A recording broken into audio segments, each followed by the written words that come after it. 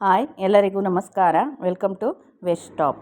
ಇವತ್ತಿನ ವಿಡಿಯೋದಲ್ಲಿ ದೋಸೆ ಹಿಟ್ಟು ಅಥವಾ ಇಡ್ಲಿ ಹಿಟ್ಟು ಬ್ಯಾಟರ್ ಮಿಕ್ಕಿದ್ರೆ ಅದರಿಂದ ಬೋಂಡ ಹೇಗೆ ಮಾಡೋದು ಅಂತ ನೋಡೋಣ. ಈ ವಿಡಿಯೋನ ಎಲ್ಲೂ ಸ್ಕಿಪ್ ಮಾಡದೆ ಕೊನೆವರೆಗೂ ನೋಡಿ. ಬನ್ನಿ, ಆಗಿದ್ದರೆ ಈ ಬೋಂಡಾಗೆ ಏನೆಲ್ಲ ಪದಾರ್ಥಗಳು ಬೇಕು ನೋಡೋಣ. ನಾನಿಲ್ಲಿ 2 ಹಸಿಮೆಣ್ಸಿಕಾಯಿ ತೊಗೊಂಡಿದ್ದೀನಿ, ಹಾಗೆ 2 ಈರುಳ್ಳಿ, ಸ್ವಲ್ಪ ತೆಂಗಿನಕಾಯಿನ ಈ ಥರ ಪೀಸ್ ಮಾಡಿ ಇಟ್ಕೊಂಡಿದ್ದೀನಿ, ಸ್ವಲ್ಪ ಕೊತ್ತಂಬರಿ ಸೊಪ್ಪು, ಹಾಗೆ ದೋಸೆ ಹಿಟ್ಟು, ಹಾಗೆ ಉಪ್ಪು, ಸೋಡಾ, ಓಂಕಾಳು, 3/4 ಕಪ್ಪಷ್ಟು ಕಡಲೆ ಹಿಟ್ಟು ಕೂಡ ತೊಗೊಂಡಿದ್ದೀನಿ. ಈಗ ಒಂದು ಮಿಕ್ಸಿಂಗ್ ಬೌಲ್ಗೆ ನಾನಿಲ್ಲಿ ದೋಸೆ ಬ್ಯಾಟರ್ನ ಸೇರಿಸ್ಕೊಂಡಿದ್ದೀನಿ. ಅದನ್ನೆಲ್ಲ ಸೇರಿಸಿ ಈರುಳ್ಳಿ, ಹಸಿಮೆಣಸಿನ್ಕಾಯಿ, ಹಾಗೆ ತೆಂಗಿನ ಪೀಸ್ಗಳು, ಹಾಗೆ ಸ್ವಲ್ಪ ಕೊತ್ತಂಬರಿ ಸೊಪ್ಪು, ಹಾಗೆ ಶುಂಠಿ ಕೂಡ ಸೇರಿಸ್ಕೊಂಡಿದ್ದೀನಿ.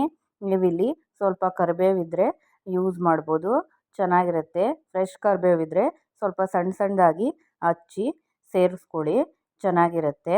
ಇದನ್ನೆಲ್ಲ ಸೇರಿಸಿ ಕಡಲೆ ಹಿಟ್ಟು ಸೇರಿಸ್ಕೊತಾ ಇದ್ದೀನಿ. ನಾನಿಲ್ಲಿ ಸ್ವಲ್ಪ ಮಾತ್ರ ಈಗ ಕಡಲೆ ಹಿಟ್ಟನ್ನ ಸೇರಿಸ್ಕೊಂಡಿದ್ದೀನಿ.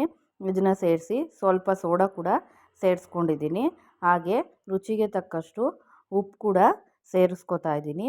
ಇದನ್ನೆಲ್ಲ ಸೇರಿಸಿ ಇದಕ್ಕೆ ಈಗ ಓಂಕಾಳು ಕೂಡ ಸೇರಿಸ್ಕೊಂಡಿದ್ದೀನಿ. ಓಂಕಾಳನ್ನ ಈ ಥರ ಕೈಯಲ್ಲಿ ಕ್ರಷ್ ಮಾಡಿ ಸೇರಿಸ್ಕೊಳ್ಳಿ. ಇದನ್ನೆಲ್ಲ ಸೇರಿಸಿ ಚೆನ್ನಾಗಿ ಮಿಕ್ಸ್ ಮಾಡ್ಕೋಬೇಕು.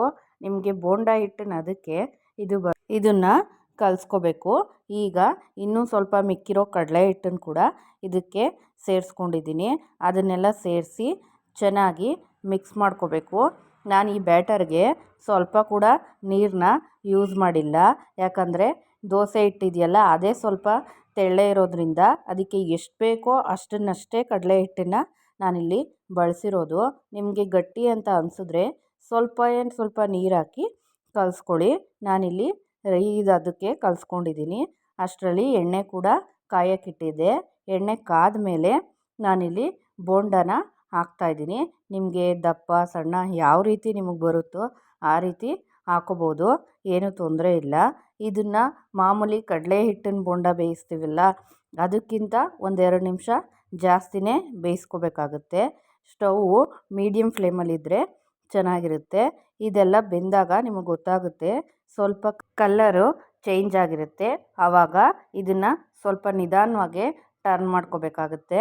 ಇದರಲ್ಲಿ ನಾವು ದೋಸೆ ಹಿಟ್ಟನ್ನ ಬಳಸಿರೋದ್ರಿಂದ ಸ್ವಲ್ಪ ಕಚ್ಕೊಂಡಾಗಿರುತ್ತೆ, ಆದರೆ ಏನು ಬಾಣಲಿಗೆಲ್ಲ ಏನು ಅಂಟ್ಕೊಂಡಿರಲ್ಲ. ಸ್ವಲ್ಪ ನಿಧಾನವಾಗಿ ಇದನ್ನು ತಿರುಗಿಸ್ಕೊಳ್ಬೇಕು. ಮಾಮೂಲಿ ಬೋಂಡಕ್ಕಿಂತ ಸ್ವಲ್ಪ ನಿಧಾನವಾಗಿಯೇ ಇದನ್ನು ತಿರುಗಿಸ್ಕೋಬೇಕಾಗುತ್ತೆ.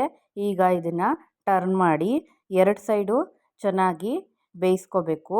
ಈಗ ಇನ್ನೊಂದು ಸೈಡ್ ಕೂಡ ನಾನು ಚೆನ್ನಾಗಿ ಬೇಯಿಸ್ಕೊಂಡಿದ್ದೀನಿ. ಕಲರೆಲ್ಲ ಗೋಲ್ಡನ್ ಕಲರ್ ಆಗೋವರೆಗೂ ಚೆನ್ನಾಗಿ ಬೇಯಿಸ್ಕೋಬೇಕು.